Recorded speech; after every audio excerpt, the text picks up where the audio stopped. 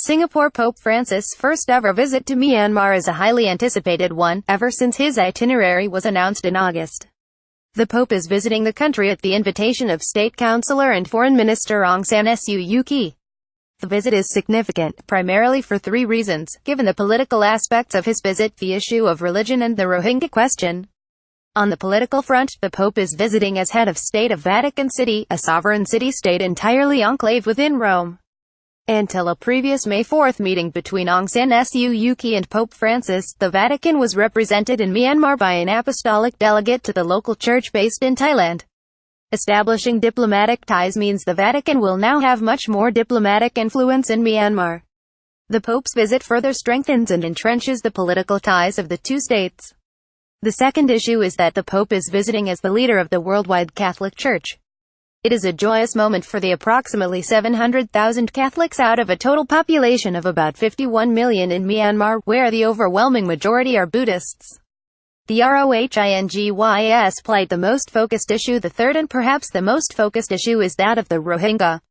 The Pope's visit comes at a time when Myanmar is facing international criticism over atrocities against the Rohingya Muslim minority in northern Rakhine State.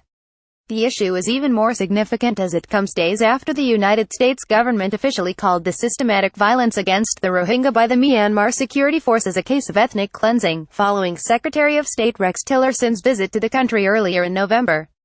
Earlier in September, UN High Commissioner for Human Rights Zeid Ra'ad Al Hussein had described the violence as a textbook case of ethnic cleansing since the Myanmar security forces launched clearance operations following the August 25 coordinated attacks by the Arakan Rohingya Salvation Army on multiple security posts. The Pope has previously used the word Rohingya on a number of occasions. The last time he did so was on August 27, a day before papal spokesman Greg Burke confirmed the Pope's trip to Myanmar would take place. Pope Francis and Myanmar's State Counsellor Aung San Suu Kyi attend a meeting with members of the civil society and diplomatic corps in Naypyidaw, Myanmar on November 28, 2017. Photo Reuters. Max Rossi. After his Sunday Angelus prayer, the Pope said, "Sad news has reached us of the persecution of our Rohingya brothers and sisters, a religious minority. I would like to express my closeness to them and let all of us ask the Lord to save them, and to raise up men and women of goodwill to help them, who shall give them their rights." But neither Pope Francis nor Aung San Suu Kyi mentioned the word Rohingya during their speeches in front of officials from the Myanmar government and many diplomats in the country's capital Naypyidaw on November 28.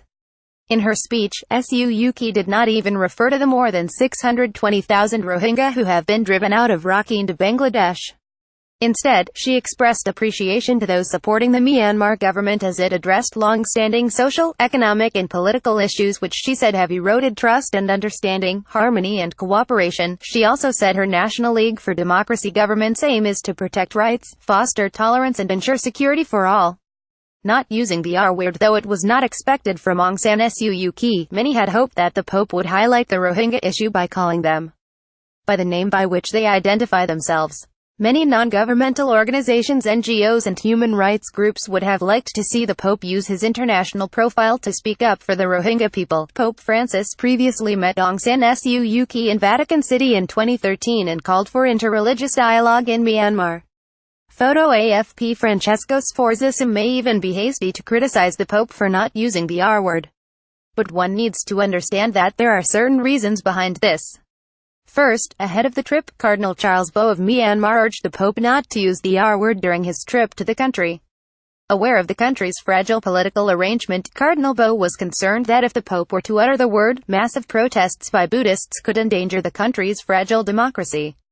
Moreover, Cardinal Bo understands that the sentiment of the majority of Myanmar is such that the mention of the R word could anger ultranationalist Buddhist monks to go after the Muslim minority, which would then put many lives in danger. Also, the Vatican and Myanmar only recently established diplomatic ties and both sides ostensibly want to strengthen their bilateral relations through the Pope's visit. It is also very likely that both Military Commander-in-Chief Senior General Min Aung Hlaing and State Counsellor Aung San Suu Kyi requested the Pope not to use the word Rohingya. The Pope met both Hlaing and Suu Kyi before making his public speech. To put this into perspective, the U.S. government has been critical of human rights violations perpetrated by the Myanmar security forces, but U.S. Secretary of State Rex Tillerson in his recent visit to the country did not use, at least publicly, the word Rohingya. Pope Francis is welcomed as he arrives at Yangon International Airport, Myanmar on November 27, 2017. Photo via Reuters. Osservatore Romano. Nevertheless, Pope Francis said during his speech that peace in Myanmar's future depends on respecting the rights of each ethnic groups, which can be interpreted as an indirect show of support for Rohingya Muslims.